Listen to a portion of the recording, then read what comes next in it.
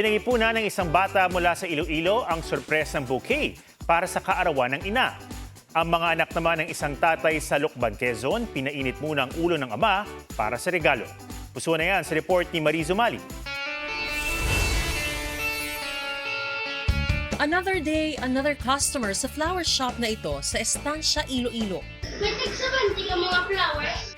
Ang 11 years old na si Jamin, naghahanap ng bouquet para sa mama niyang nagsa-celebrate ng birthday. 70? 70 nga flower. Para kayo sa gane? Birthday ni mama ma? Pero ang pinambili pala nito galing sa sariling bulsa na pinag-ipunan niya. Nang makabili nga, sobrang ingat na ingat si Jamin para di masira ang sorpresa sa ina. Kaya ang kanyang mama, thankful sa anak na very thoughtful. Pero sa Lucban, Quezon, si Tatay Rudy tila nagtatampo. Wala kasing celebration sa mismong birthday niya, kaya medyo mainit ang ulo. At kinabukasan, nautusan pa ngang ipaayos ang umano'y nasirang payong.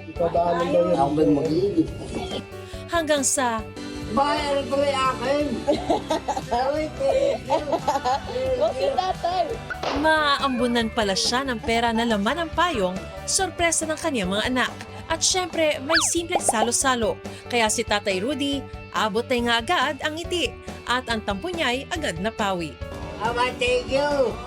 Mariz Umali, GMA News.